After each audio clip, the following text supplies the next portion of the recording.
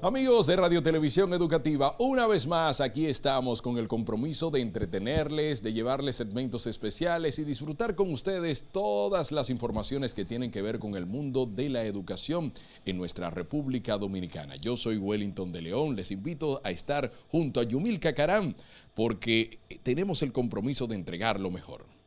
Así es, Wellington. Nosotros estamos aquí para brindarles las mejores informaciones y las últimas noticias en el mundo de la educación, pero sobre todo para aprender con cada uno de ustedes. Esto es Orientación Meridiana y llegamos a través de la señal de Radio Televisión Educativa a cada uno de sus hogares. 1081 y 81 de Claro TV, Coral 39, nuestra emisora 95.3 y 106.5 para toda la región norte o Cibao. Nuestros medios digitales y la red de emisoras CTC. Tenemos el compromiso de educar, Wellington, y precisamente de esto vamos a hablar en el día de hoy. ¿Qué es la educación? ¿De qué se trata? La educación, pues, es la plataforma principal para educar, para hacer crecer un pueblo, porque ese crecimiento y desarrollo que necesitamos está en nuestra mentalidad, Yumilka. ¿Qué te parece si nos hablas un poquito más sobre la educación? En su sentido más amplio, por educación se entiende el proceso por el cual se transmite el conocimiento, los hábitos, las costumbres y los valores de una sociedad a la siguiente generación. Educación viene del latín educere, que significa sacar, extraer, y educare, que significa formar, instruir. La educación comprende también la asimilación y práctica de las normas de cortesía, delicadeza y civismo. De allí que en el lenguaje popular, la práctica de estos hábitos de socialización sean calificados como signos de una buena educación. En el sentido técnico, la educación es el proceso sistemático de desarrollo de las facultades físicas, intelectuales y morales del ser humano con el fin de integrarse mejor en la sociedad o en su propio grupo, es decir, un aprendizaje para vivir. La educación es un fenómeno universal y complejo de la vida social, indispensable para la continuidad de las culturas. Abarca diversidad de experiencias y modalidades, las cuales podemos resumir en tres tipos elementales: la educación informal, la educación no formal y la educación formal. Estos tres tipos son los más amplios, ya que dentro de ellos se da todo el universo de modelos educativos, sea por sector, modalidad, área de conocimiento, etc. Educación informal es aquella que se recibe mediante agentes de la vida cotidiana, por ejemplo, la educación que se imparte en la familia o en la comunidad, la cual implica la transmisión de hábitos de socialización, normas, valores, tradiciones, higiene, etc.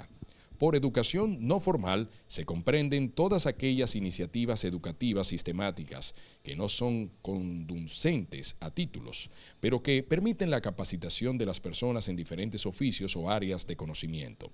Puede abarcar el conjunto de academias alternativas de artes y oficios destinadas al mero disfrute, el mejoramiento personal o a la capacitación laboral, por ejemplo, formación en oficios como mecánica automotriz, electricidad, carpintería o albañilería, formación artesanal, artística, entre otras.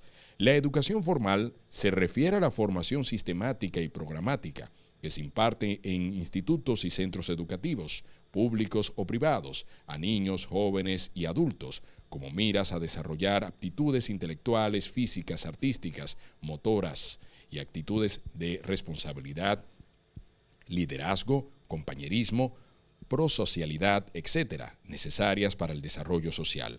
Por su parte estratégico, en la sociedad, la educación formal es conducente a título. Esto quiere decir que culmina con la emisión de un certificado o diploma avalado por las autoridades competentes debidamente reconocidas por el Estado. Wellington, la importancia de tener buena educación, de no perder esos buenos hábitos que recibimos desde el hogar, el poder tener la capacidad de educarnos, bien sea en el ámbito formal, en el ámbito no formal y en el ámbito informal. Lo que usted decida, pero siempre sepa que hay que mantenerse al tanto de los buenos hábitos, de cómo cambia el mundo y de que no podemos quedarnos atrás en cuanto a tecnología. Si usted decide hacer una carrera técnica o si bien decide ir por esos títulos universitarios que pueden llegar hasta un doctorado. Precisamente lo que hemos tenido como resultado de la evaluación de la educación es que constantemente estamos aprendiendo y desaprendiendo dos conceptos que son ahora mismo puntuales, porque debemos de estar actualizado para cumplir los requerimientos de nuestras diversas profesiones que demandan de nuevos conocimientos. Y de la sociedad en sí, que evoluciona cada vez a pasos agigantados y no siempre nosotros podemos ir al mismo ritmo si no nos mantenemos en una educación constante. Es así, vamos a nuestro primer corte, vamos a prometer que tenemos un programa muy especial con segmentos, informaciones bien actualizadas aquí en Orientación Meridiana.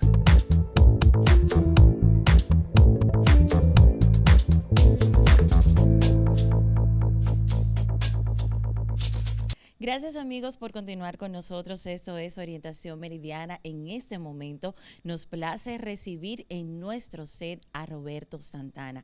Él es coordinador educativo de la reforma policial y con él estaremos conversando sobre la importancia de los deberes y los derechos de los ciudadanos y muy especialmente de aquellos ciudadanos pues que lamentablemente han infringido la ley.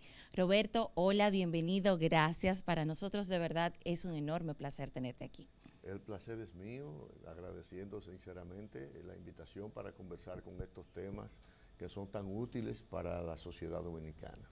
Así es, definitivamente nosotros como dominicanos tenemos mucho desconocimiento de lo que es la ley, de cuáles son nuestros derechos y sobre todo de cuáles son nuestros deberes como ciudadanos.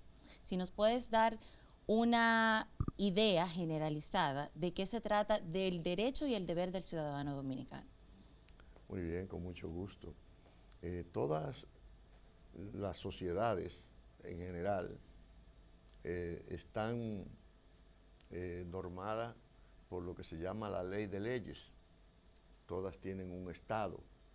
Digo en general porque todavía tenemos sociedades en otros estadios de desarrollo, sociedades indígenas y demás, incluso algunas que no se han descubierto, que están en el Amazonas, etcétera. Pero en general, toda sociedad tiene su estado.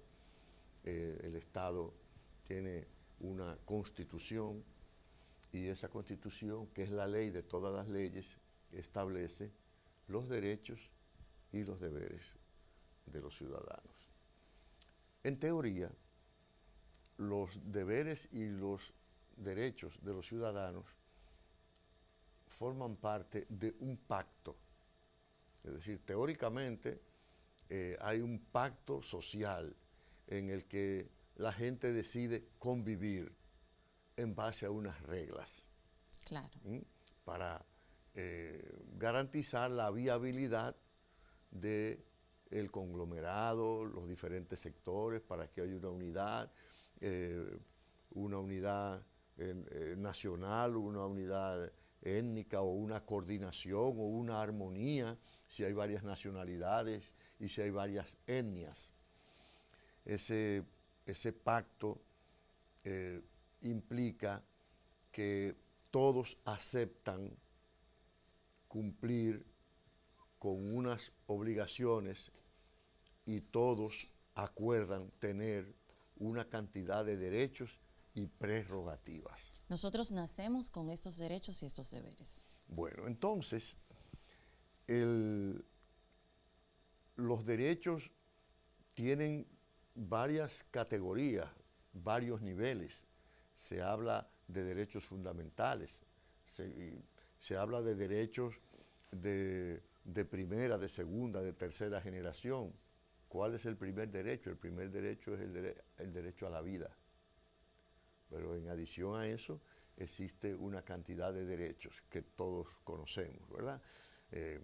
Se habla, por ejemplo, bueno, los derechos humanos. Entonces tenemos derecho a la vida, tenemos derecho al trabajo, tenemos derecho a que se nos respete, tenemos derecho a proteger nuestro buen nombre. Hay una cantidad y una categorización de derechos. Se supone que la sociedad, a través de sus integrantes, de sus instituciones, incluyendo el Estado, pero no solo el Estado, están obligados a proteger y a garantizar que las personas ejerzan libremente sus derechos. Por ejemplo, el derecho a la libre expresión y difusión del pensamiento, que por cierto es un derecho que está muy bien consignado en la legislación dominicana, aunque algunas personas dicen que es demasiado laxo, que es demasiado abierto y que permite que todo el mundo diga cualquier cosa y no pasa nada. No, establece también sanciones para lo que es el abuso de ese derecho. Y naturalmente está lo que se llama el límite del derecho. ¿Qué quiere decir el límite del derecho? Quiere decir que los derechos no son, no se ejercen ni están en una existencia sin límites, hasta donde tú quieras y como tú quieras, sino que todo derecho tiene un límite. ¿Cuál es el límite de ese derecho? El derecho del otro. El derecho ajeno. Como decía Benito Juárez, Claro. el respeto al derecho ajeno Es la paz. es la paz. Es algo que está reivindicando mucho el actual presidente de México, Andrés Manuel López Obrador, Sí. que es un gran juarista. Entonces, una parte de los conflictos en las sociedades actuales no tienen únicamente que ver con los delitos propiamente, sino con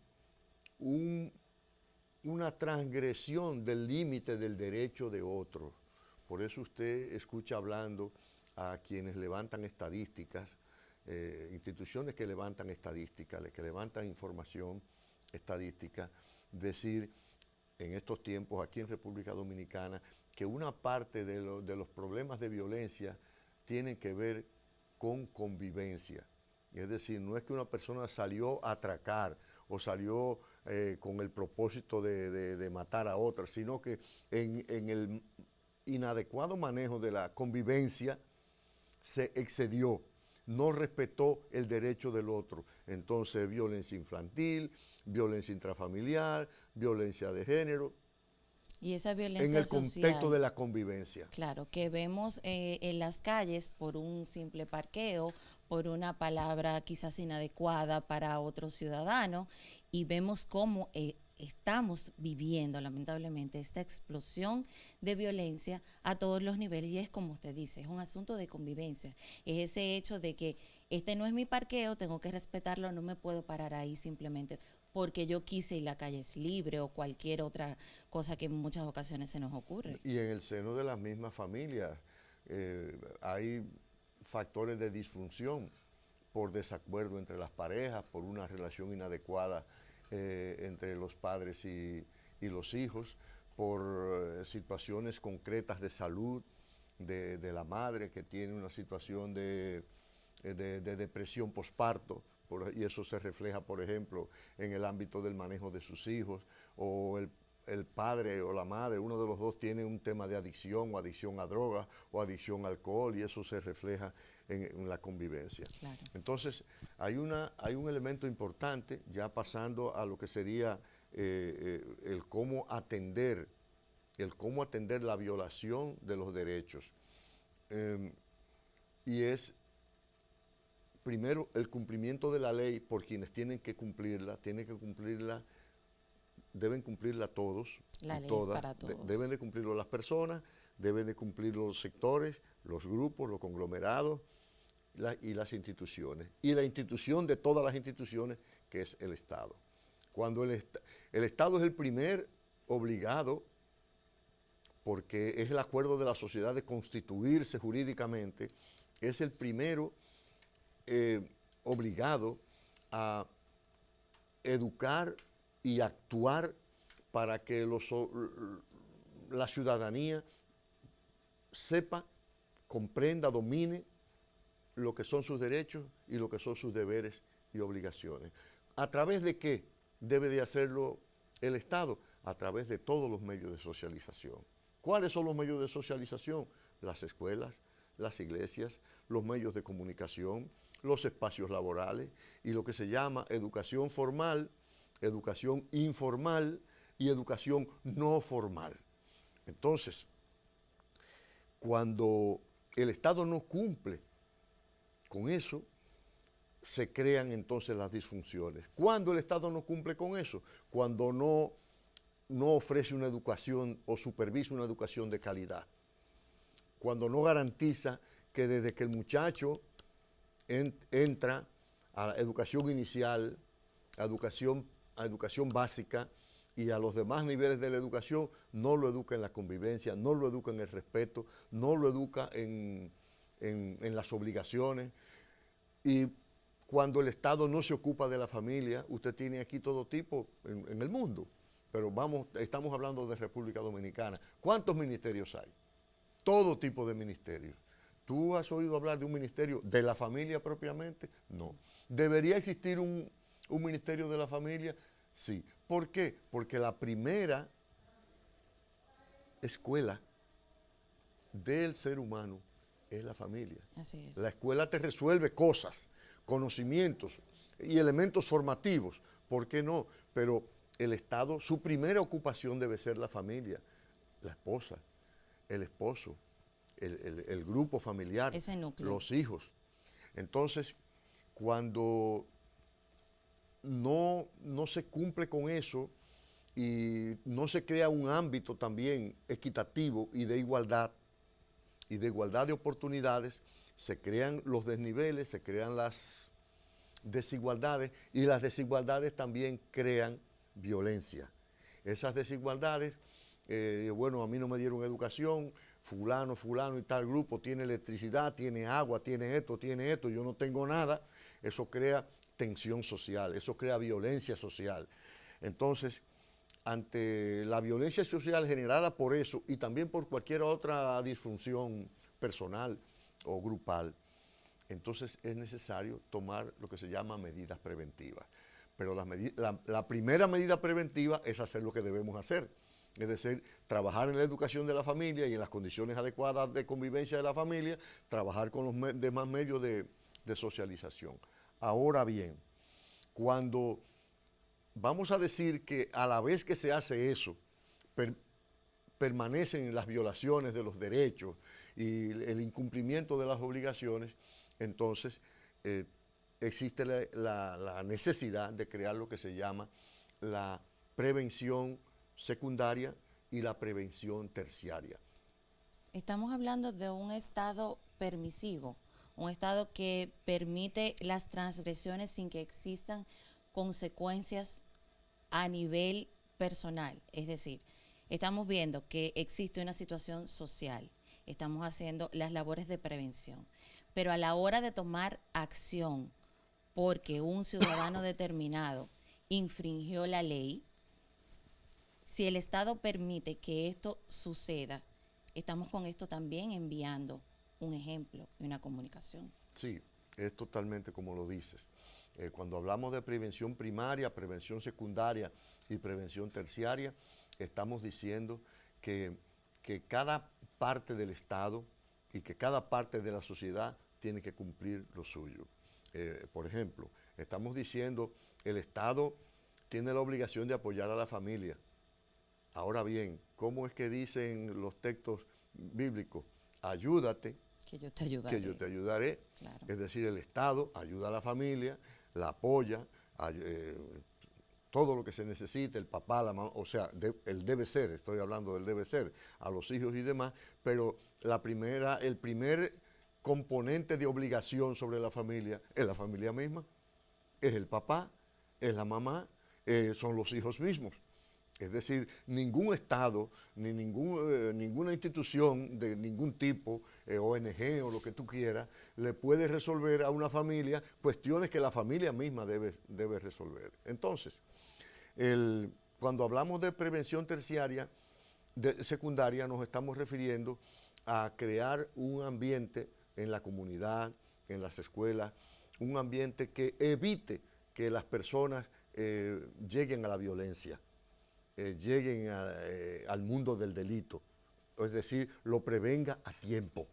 Y la prevención terciaria es cuando ya la persona cometió el error, no cumplió con su deber, ejerció inadecuadamente su derecho y transgredió la ley, y producto de eso, al convertirse en un infractor, recibió una sanción de la sociedad. Entonces hay que hacer una prevención terciaria, que quiere decir trabajar con esa persona para sanarla, para cuidar a la sociedad del daño que esa persona le pueda crear, y entonces garantizar por todas esas vías que la persona no vuelva a cometer el error. Por eso se dice prevención terciaria, es decir, te di 2 oportunidades, ahora la tercera tengo que diligenciarla yo para que tú que cometiste el error no vuelvas a cometerlo. En Estados Unidos existe la ley que al tercer strike, como les dicen ellos, Sí. pues ya las personas pierden los derechos y tienen cárcel. Le dan una oportunidad, le dan una segunda, pero si ya cometen una tercera infracción, entonces ya es cárcel lo que les toca. Nosotros aquí estaríamos hablando no precisamente de esta misma forma, pero una vez una persona ya ha cometido la infracción, lo que se busca en el sistema penitenciario es poder reinsertar a ese individuo, reeducarlo, para que una vez salga pueda ser un ente productivo en la sociedad. Esa es la prevención terciaria, lo has explicado magistralmente. Es importante consignar lo siguiente: en las agencias del Estado, los diferentes componentes del Estado con responsabilidad hacia los ciudadanos, en la materia que estamos tratando, el Estado tiene que tener filosóficamente y doctrinalmente claridad en cuanto a que el Estado trabaja para la libertad. El Estado no debe ser un persecutor para ir buscando a la gente. Estoy acechando que te ruedes 1 centímetro para castigarte. No. Ni un represor. Sí, no. El Estado tiene la obligación de acompañar a la sociedad, de acompañar a la familia, de acompañar a las comunidades, a los ámbitos laborales, a los diferentes ámbitos de organización social. Tiene que acompañarlos para la buena convivencia, la convivencia democrática, la convivencia respetuosa, el que se respete la dignidad personal de la gente, ¿verdad? Entonces, cuando el Estado se desliza fuera de ahí, el Estado contribuye a la violencia social. El Estado en cualquier país, en cualquier momento. En el caso, por ejemplo, de la República Dominicana, vamos a hablar de la dictadura de Trujillo.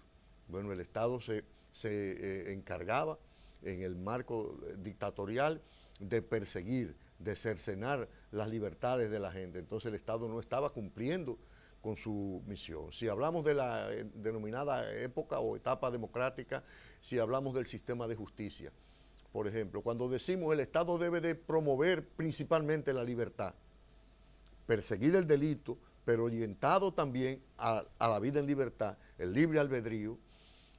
Eso quiere decir que, por ejemplo, vamos a hablar de los fiscales.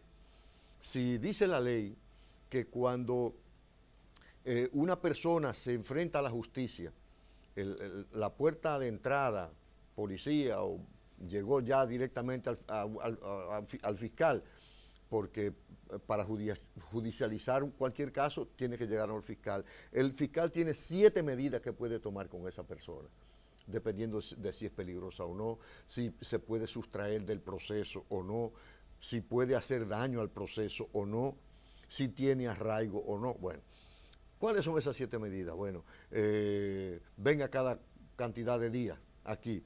Presentación periódica. Presentación periódica, una multa, no puede salir del país, es decir, una serie de cosas. Y la última es prisión. Entonces, ¿qué hace históricamente los fiscales en el país? Prisión. Prisión. Dice que no tienen tiempo para ver ese expediente y que mientras tanto que se quede preso ahí. Sí. Dicen que la comunidad está presionando y como la comunidad está presionando para no pelear con la comunidad y no verse en los medios de comunicación, entonces lo mete preso. No, eso es muy mal. Eso lo que termina es llenando las prisiones injustamente y cometiendo evidentemente una injusticia. Y personas que han cometido delitos que no ameritan prisión. Exactamente, Gente que es lo que es te verdad, digo. robar Váyase a está su casa. mal, pero si usted se robó un pollo no es lo mismo que robar un banco. Entonces usted tiene que tener una medida y vemos todo ese tipo de injusticias precisamente por un sistema que le está fallando a la sociedad. O que no sea un robo agravado, porque vamos, Claro. que se robó el pollo, pero a la vez escaló, violentó la casa, el Mató corral, a alguien. persiguió. Bueno, Claro. entonces, un elemento extremadamente importante en lo que tiene que ver con eso es que la justicia le da la oportunidad de lo que se denomina la conciliación. Yo me robé un mantel, un robo famélico, un robo de subsistencia, me robé una lata de leche. Entonces el fiscal tiene que tratar de hacer una conciliación. Ven acá, usted se robó esto y la víctima de la lata de leche pertenecía a Juan. Vengan acá, los dos. Ven, ¿cómo vamos a resolver esto? Se le da una reprimenda al que lo robó, no haga eso, qué sé yo qué sé yo cuál, devuelva la lata de leche, O páguela. etcétera, o páguela, etcétera, y usted, como producto del error que cometió, usted tiene que venir aquí a unas charlas de educación y ya sabe que está anotado ahí de que usted hizo eso para el futuro. Pero resulta que no. Lo que yo decía una vez cuando yo estaba trabajando en el nuevo modelo penitenciario, algo que me pasó en Mao, con una fiscalía, una vez. Condenan a una persona, llevan presa a una persona que se roba un racimo de guineo. Bueno, muy bien. El fiscal no tempera a que el dueño de la finca y el que se robó el racimo de guineo se pongan de acuerdo. Lo mete preso. La persona lleva ahí 4 meses ya. Entonces los muchachos del sistema penitenciario me decían, Roberto, pero ese señor se ha comido como 10 racimos de guineo aquí dentro ya, Claro. O sea que la sal me está saliendo más cara que el chivo. Es decir, tiene que haber un compromiso de todos los agentes de justicia, de todos los agentes del Estado, tiene que haber justicia pronta y tiene que haber también servicio expedito, porque muchas veces cuando tú dices, bueno, hay unos buscones, bueno, hay gente que se está metiendo por atrás, pero es porque el que está para darle el servicio se la pone en China a todo el mundo. Esa fila, entonces le dice, no, el sello no aparece, no, el que lo va a firmar no está. Y todo es muchas veces buscando un tema de que le den un dinero. Esa burocracia detrás, exacto, de una corrupción administrativa. Hay algo que es bueno que nosotros aclaremos, y es el hecho cuando una persona ha infringido la ley y va a ser detenida por las autoridades. ¿Cuáles son sus derechos en ese momento? ¿Cuáles derechos debe el agente leerle a esa persona? ¿Qué puede decir esa persona que lo incrimine? ¿Necesita la presencia de su abogado antes de...? ¿Qué hacemos en estos casos? Bueno, en primer lugar, el agente policial, el agente de la ley, el que hace las labores de policía, tiene la obligación de ejecutar ese proceso profesionalmente. Profesionalmente quiere decir, hay protocolos y hay procedimientos, tiene que preservar la dignidad, tiene que preservar los derechos de esa persona, tiene que respetar la intimidad de esa persona, no puede haber agresión física, no puede haber agresión verbal, y en el caso de que haya una situación complicada relacionada con el manejo del proceso de arresto, entonces él tiene también protocolo de algo que se llama control y sujeción. Es una persona que está preparada primero para hablar, el policía, esa es la principal arma de un policía, así debe ser, ¿verdad? Así debe ser. Explicar, hablar, tener paciencia, ejecutar, y si ve que su vida está en peligro, entonces él también tiene una categorización de procedimientos para el uso de la fuerza, incluso para el uso de las armas, armas no letales y armas letales. luego de que se consume el arresto, el policía está en la obligación de hacerle saber al ciudadano cuáles son sus derechos y también cuáles son sus obligaciones en cuanto a la obediencia. Y entre esos derechos están, aparte de lo que ya dije, del trato adecuado, el trato correcto, el que la persona inmediatamente es arrestada y está en situación de detención, tiene derecho a comunicarse telefónicamente con un familiar o con cualquier persona que él entienda que debe de hacerle saber su situación. Y por otra parte, en 48 horas inmediatamente después que la persona ingresó al centro de detención, destacamento o lo que sea, un fiscal tiene que atender esa situación y regularizarla en el sentido de, en esas 48 horas, o someterlo o soltarlo. Despacharlo, claro. ¿Debe llevar una orden de arresto? ¿La patrulla, el policía, Sí, no, tiene que tener una orden de arresto? Depende de si es un caso llevado, de si es un caso formulado, pero si es flagrancia, Okay. o sea, si Flagrancia es cuando lo atrapamos en el momento, en el sí, delito. es decir, hay una situación en camino, latente, caliente, hay una patrulla, hay un momento en el que esa patrulla ve a una persona que está atracando a otra, no va a buscar una orden de arresto. Claro. Para eso es lo que llama labor de simple policía, para este caso. Esos son parte de los conocimientos que debe tener la ciudadanía y es parte de este nuevo enfoque que se está realizando en esta reforma policial. Bueno, la intención de nosotros precisamente es aportar en cuanto a la reforma policial el componente educativo.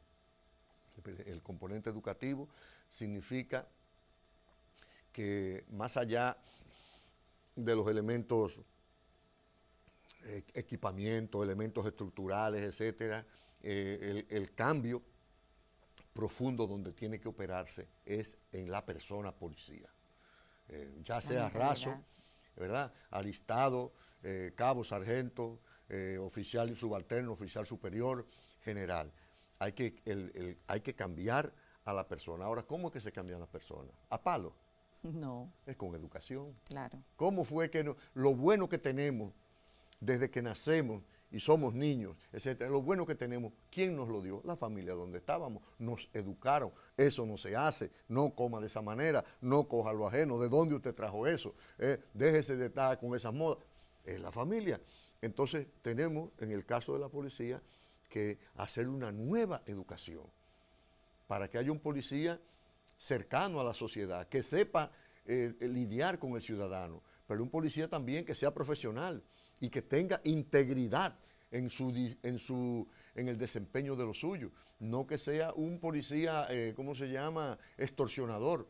No un policía que lo que ande sea buscándose un dinero, sino que sea un agente del orden y de la convivencia. Para eso entonces estamos desarrollando una cantidad de programas y felizmente tenemos muchas instituciones, universidades, y muchas buenas voluntades, y en la actualidad el gobierno de la República ha dispuesto una cantidad de decretos y otro tipo de medidas, y a nosotros nos satisface, y es bueno reiterarle a la sociedad que el gobierno ha creado una comisión para atender la reforma policial, y esa comisión la preside personalmente el presidente, que no había pasado eso. El mismo presidente, él mismo se designó como presidente de esa comisión.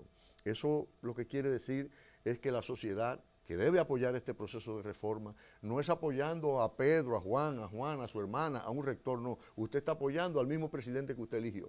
Claro. Usted está apoyando al presidente que es de todos los dominicanos, porque atención, el presidente no es el presidente de los buenos, el presidente es el presidente de todo el mundo.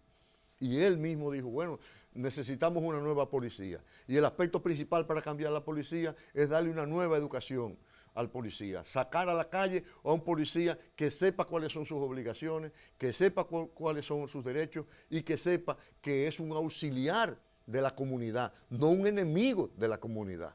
Eso yo quería tratarlo justamente, ya que nos queda muy poquito tiempo, pero no quiero despedirlo sin esa parte que es muy importante. Existe una percepción y una connotación negativa en la ciudadanía de lo que es el policía, y esa parte de acercamiento, ese estoy en un problema, déjame llamar a la policía, no, estoy en un problema, déjame huir de la policía, es algo que también debe de trabajarse, porque venimos con una percepción de represión desde la época de Trujillo. Y esa percepción no ha ido mejorando en el tiempo. Bueno, la opinión de Roberto Santana es que la gente tiene razón y que por eso es que hay que cambiar la policía. Hay que cambiarla. ¿Qué quiere decir eso? ¿Que todo lo que hay dentro no sirve? No quiere decir. Hay cosas buenas, hay personas decentes, etcétera, pero en un ambiente estructural, incorrecto, vertical, trujillista, todavía militarizado, porque todavía la policía haga lo que se parece a las Fuerzas Armadas, cuando la policía lo que tiene que parecerse es a la sociedad civil, a la sociedad no militar. Entonces, por eso es que este cambio de la policía, que el presidente ha dispuesto, ha involucrado a tanta gente, no es un cambio que debe de ser promovido estrictamente por el gobierno y por el Estado. Todo el mundo tiene que participar, las comunidades tienen que participar, las iglesias. ¿Cuántas iglesias que tenemos aquí en el país? ¿Cuántos templos? Parece que tenemos más de 50,000. Que hablen, por favor, ahí en el púlpito, señor pastor, hable del tema del cambio de la policía, de que ayudemos también a los policías a que tengan el comportamiento más adecuado posible, porque atención, ese policía tiene familia y esa familia vive en el barrio, etcétera. Es decir, ayudando al cambio de la policía, ayudamos no únicamente a tener una mejor policía, ayudamos también a la convivencia con esa familia, es decir, ayudamos en todos los sentidos. Y a la sociedad en general, porque la sociedad es de todos y cada uno de nosotros debe poner ese granito de arena que nos permita realmente vivir en la sociedad que soñamos, que queremos, en ese país que nosotros siempre hemos deseado, la patria de Duarte. Roberto, lamentablemente el tiempo con usted es demasiado corto. Nos hemos quedado con muchas interrogantes, que tenemos esa invitación y hacerle ese compromiso público para que nos acompañe una nueva vez aquí en Orientación Meridiana, porque yo creo que no solamente he aprendido yo muchísimo, sino cada uno de nuestros amigos en sus hogares. Agradecerle nueva vez el habernos acompañado. Gracias a ustedes por invitarme y siempre estoy a la orden. Muchísimas gracias. A ustedes, amigos, invitarles a que se queden ahí. Vamos a una breve pausa. Cuando regresemos tenemos más de nuestro contenido. No se nos mueva.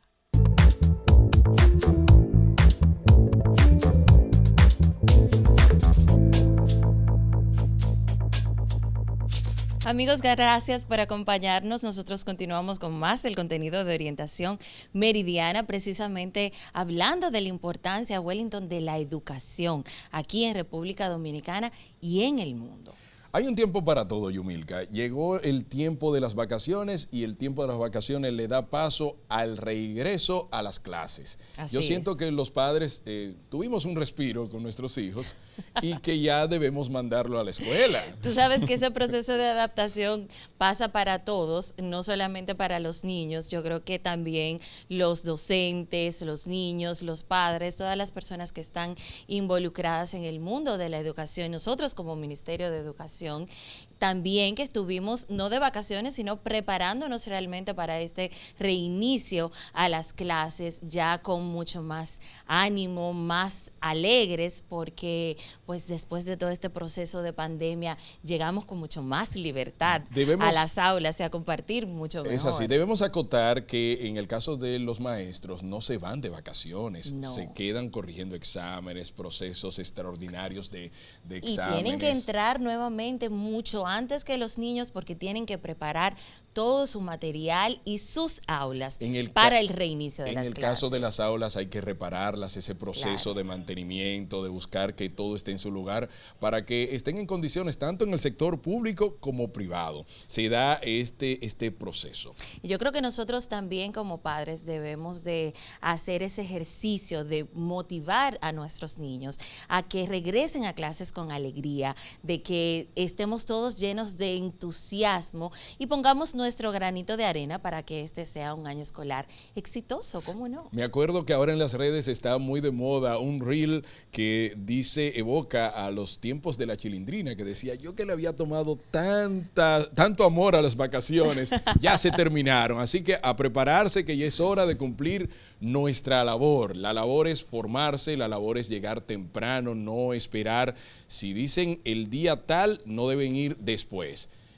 A tiempo, por favor. Nosotros tendremos más informaciones de todo lo que es el reinicio a clases con nuestra compañera Patricia del Jesús en el resumen de noticias más adelante, pero en este momento quiero compartir con ustedes el segmento Valores de nuestra compañera Fanny Torres, que cada día nos trae pues una novedad al respecto, hablando de ciudadanía, de ética y de distintos tópicos que yo creo que cada uno de nosotros puede aprovechar. Interesante. Vamos con ella.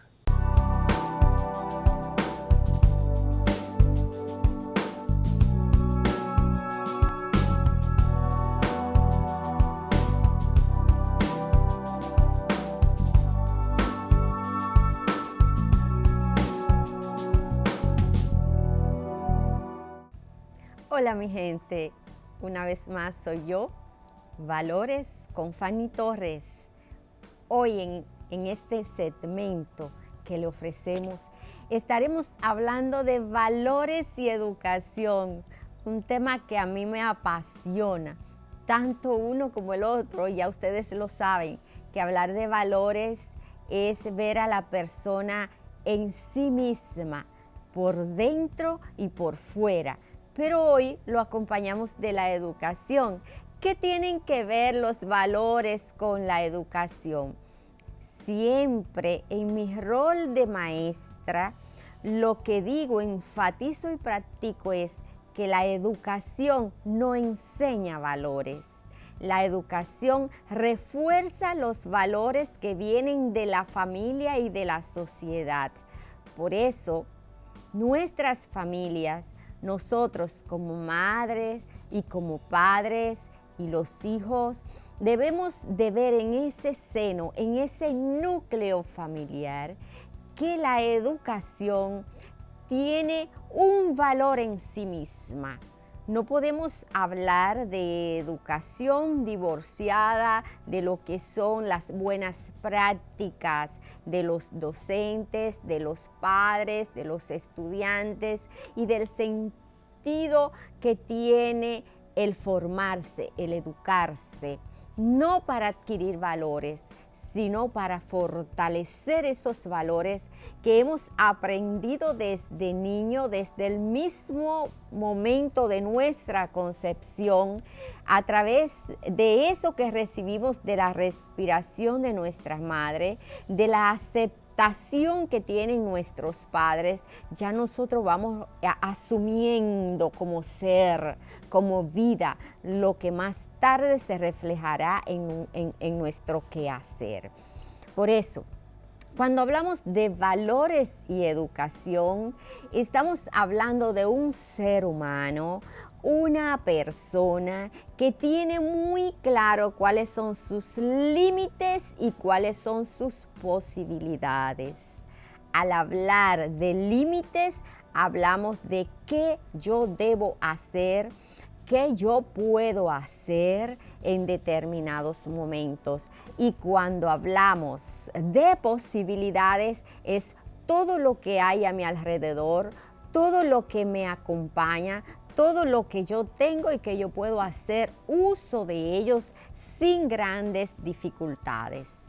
La educación fortalece esos valores que la misma sociedad nos ha llevado, nos ha inculcado y que de una manera u otra nos obliga por diferentes instituciones, por diferentes normativas, incluyendo la Constitución misma de la República, a que nosotros nos veamos en la obligación de cumplirlo. Y eso tiene que ver con la educación. Yo diría que en parte, queridos amigos y amigas, porque lamentablemente no todas las personas educadas, no todas las personas que tienen un título, el que sea, podemos decir que practican, que exhiben valores. Tenemos carencias y es verdad. En estos momentos de la vida, los valores están en crisis. No que no hay valores, sí hay valores. Y hay muchas personas con valores, pero están en crisis. Y cuando algo está en crisis, no es que se acabó, no es que no existe, no es que se ha sustituido, sino que están por ahí guardaditos, que en algún momento lo vamos a retomar porque nos damos cuenta que son necesarios y gracias a Dios cuando hay crisis hay reflexión, cuando hay crisis hay análisis y cuando hay crisis hay crítica. Y si hay crítica es porque vamos a hacer recomendaciones. Hay muchos profesionales de diferentes áreas de la humanidad que están solicitando, que están pidiendo a gritos que se retome el tema de los valores. Y por eso estoy yo aquí, queridos amigos, porque los valores y la educación son un reflejo de cómo anda nuestra sociedad, de cómo anda nuestro país, pero cómo anda la aldea global. Esa aldea de la que todos somos ciudadanos, de la que todos somos partes, donde no importa el lugar donde nos encontremos, nosotros reflejamos nuestros valores. Nuestras acciones reflejan nuestros valores, pero también reflejan el nivel de educación que tenemos, el nivel de familia que tenemos. No se puede cuestionar a los padres por una conducta de sus hijos, pero los padres debemos reflexionar sobre qué hemos hecho con nuestros hijos y los valores y qué prioridad le hemos dado a la educación en el término de los valores, ya que la escuela y la familia juntas harán mejores seres humanos. Gracias una vez más por compartir esta hermosa experiencia que estamos viviendo con el tema de los valores en este segmento enfocado a los valores y la educación. Yo les espero la próxima vez. No se les olvide que tienen una cita, un compromiso fuerte con el tema de los valores y la crisis que estamos viviendo, pero que no nos vamos a quedar en el suelo. Como un buen luchador nos levantaremos y seremos más fuertes. Nos veremos en la próxima, queridos amigos y amigas.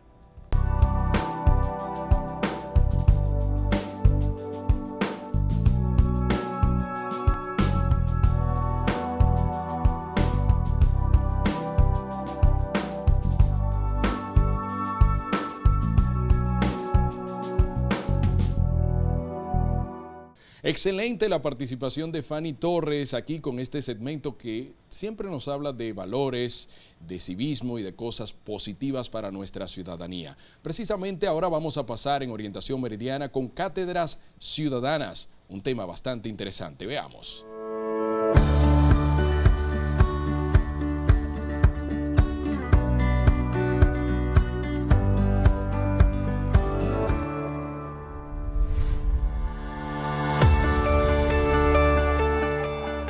Hola amigos y amigas, bienvenidos nuevamente a esta Cátedra Ciudadana del Ministerio de Educación, donde le compartiremos algunas informaciones acerca del valor de la naturaleza y cómo podemos cuidarla. Es importante tener un comportamiento responsable con la naturaleza. ¿Y cómo hacemos esto? Todo empieza con buenas prácticas ambientales en nuestro diario vivir, valorando que naturaleza somos todos. Hola, las buenas prácticas ambientales son necesarias para proteger nuestro medio ambiente y para cuidar nuestros recursos naturales. Pero esas prácticas deben traducirse en acciones diarias que nos ayuden a tener un comportamiento ecoamigable con la naturaleza. Te invito a que pienses en un día de tu rutina diaria. ¿Cuáles actividades realizas durante ese día? ¿De dónde vienen las cosas que utilizas en un día? Piensa en el lugar donde duermes. Piensa en los alimentos que ingieres y lo que es más importante, todo lo que recibimos a diario como regalo de vida. Me refiero al aire, me refiero al sol, me refiero al agua, elementos importantes para nuestra supervivencia. Acompáñenos a revisar algunas de las prácticas que pueden contribuir a mejorar nuestra relación con el ambiente y convertirnos en cuidadores de la naturaleza, como aprender a clasificar los desechos sólidos, usar termos de agua y bolsas reciclables y ahorrar agua y energía. Una buena práctica ambiental es cuando nos unimos y apoyamos aquellas causas que promueven el cuidado de la naturaleza. En fin, aplicar las 3 R: reducir, reciclar, reutilizar. Y aplicar las 3 E: evitar, elegir, educar. ¿De qué manera logramos tener un comportamiento amigable con la naturaleza, con el medio ambiente y además ser consumidores responsables? Como sabemos, uno de los grandes problemas ambientales en la actualidad es la acumulación de desechos o basura, un problema que nos afecta a todos y que debemos buscar pequeñas soluciones.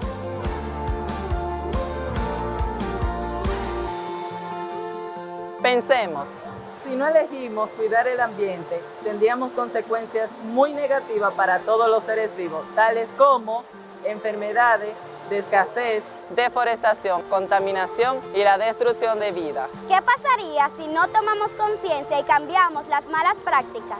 La naturaleza impactaría muchas áreas de nuestra vida, como son la economía, la diversión, el transporte y sobre todo la salud. En cambio, si la cuidamos, podemos todavía disfrutar de su belleza, su bondad y sus valores. Todo esto de manera desinteresada, solo esperando nuestro amor, respeto y consideración. La naturaleza brinda a todo ser vivo un espacio hogar donde cada uno pueda existir, disfrutar de todos los beneficios que ella nos ofrece. Lo primero es disfrutar de manera respetuosa y armoniosa espacios naturales como este parque, la playa, las áreas protegidas. Lo segundo es pensar y actuar a favor siempre de la naturaleza. Lo que la perjudique, lo evito. Y lo tercero, respetar a todo ser vivo y su hábitat. Recuérdenlo siempre, cuidar el ambiente es valorar la vida. Hemos llegado al final de una entrega más de Cátedra Ciudadana del Ministerio de Educación. Vamos a llevarnos de estos consejos y vivamos mejor. ¡Hasta pronto!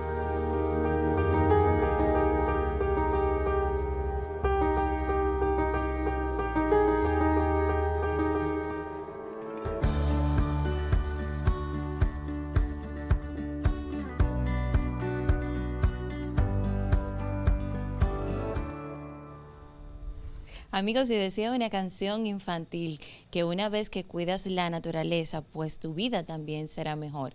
Qué bueno que nuestros estudiantes están haciendo su mejor esfuerzo en poner ese granito de arena que necesitamos poner cada uno de nosotros para poder cuidar nuestro medio ambiente, para que la casa que es la tierra, que es una casa de todos, pueda seguir viviendo por muchos siglos y tener una heredad para nuestros hijos. Hermosa esta invitación que hacen las cátedras ciudadanas cuando tenemos seres humanos que desde el inicio de sus vidas están contemplando, cuidando, adiestrándose para cuidar nuestra naturaleza. Serán los empresarios del mañana que cuando vayan a hacer una obra tendrán en cuenta cuidar nuestros ríos, nuestros balnearios, cuidar el ambiente de intoxicaciones, de materiales que hacen daño a nuestra ciudadanía, y toda esa sensibilidad se construye ahora. Qué bonita frase esta de que cuando cuidamos el ambiente estamos valorando, estamos amando la vida. Así es, y es precisamente parte de nuestro sistema educativo, esa educación que queremos para vivir mejor, es el compromiso desde el Ministerio de Educación, y es algo que nos va a ampliar nuestra compañera Patricia del Jesús, que tiene las últimas informaciones al respecto. Vamos con Patricia del Jesús.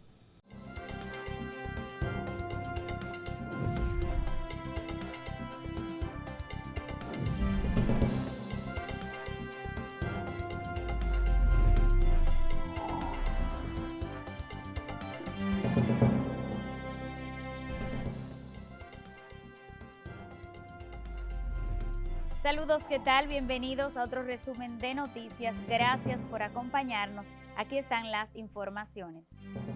El ministro de Educación, Ángel Hernández, encabezó su primera reunión como presidente del Consejo Nacional de Educación, donde presentó su programa de gestión orientado a eficientizar la calidad de la educación de los niños en el aula. Además, para que se produzca un real y eficiente aprendizaje en las aulas de nuestro país, hizo énfasis en el impacto que en la calidad de la educación debe tener la enorme cantidad de recursos que se invierten.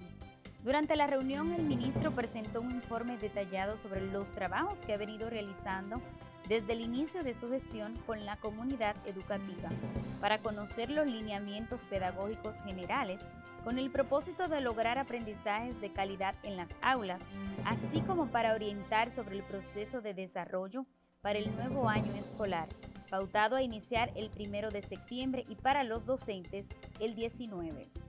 Al respecto, dijo que se instruyó a los directores regionales y distritales para que procedan a alquilar locales para atender la demanda de cupos en los centros públicos en determinadas zonas del país debido al crecimiento demográfico. Hernández indicó que el ministerio trabaja junto al presidente de la República, Luis Abinader, para acelerar la terminación de planteles escolares que por múltiples razones su proceso de construcción estaba paralizado.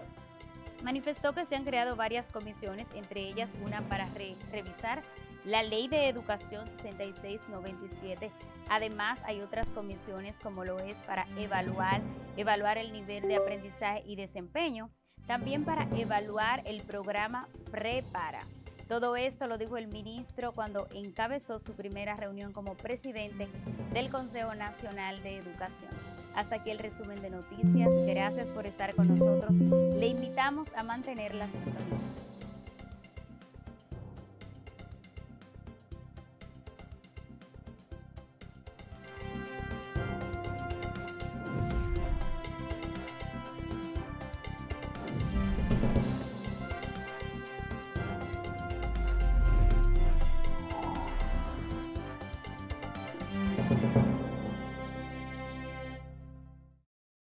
Gracias, Patricia. Nos llena de satisfacción estas informaciones, la primera reunión del nuevo ministro de Educación con el Consejo Nacional de Educación, donde se han formado comisiones pues para investigar el nivel de calidad de la educación aquí en República Dominicana y precisamente días antes prácticamente pues de iniciar lo que es el ingreso a este nuevo año escolar 2022-2023. Mucho entusiasmo, mucha alegría, llenarnos todo de positivismo para recibir este nuevo año y que tengamos todo pues un aprendizaje y podamos pues dejar atrás esos años de pandemia en el que los niños estuvieron ciertamente un poco más restrictivos en cuanto a los juegos, en cuanto al disfrute. Ahora vamos a poder pues vernos las caras finalmente y poder conocernos mejor y restablecer esa buena relación en las escuelas. Definitivamente una manera jovial de empezar socializando, levantando, recopilando esos datos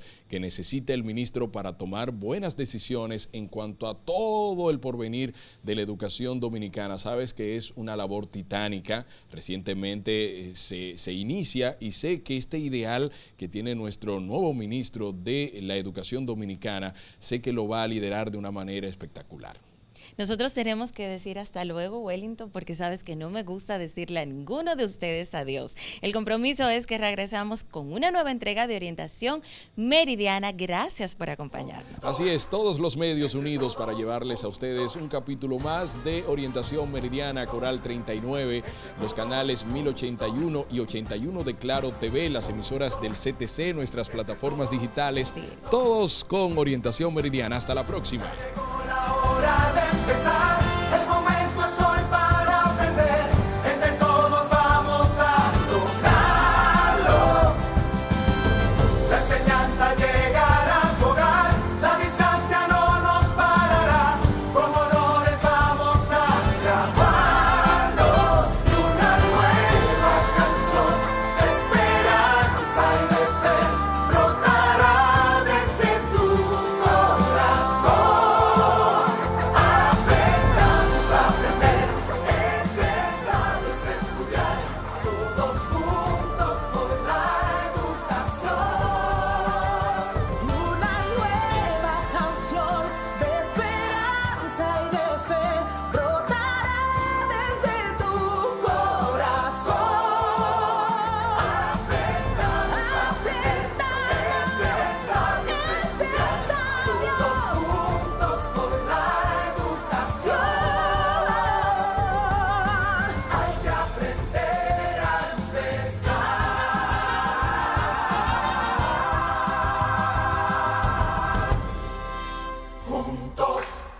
entre todos juntos.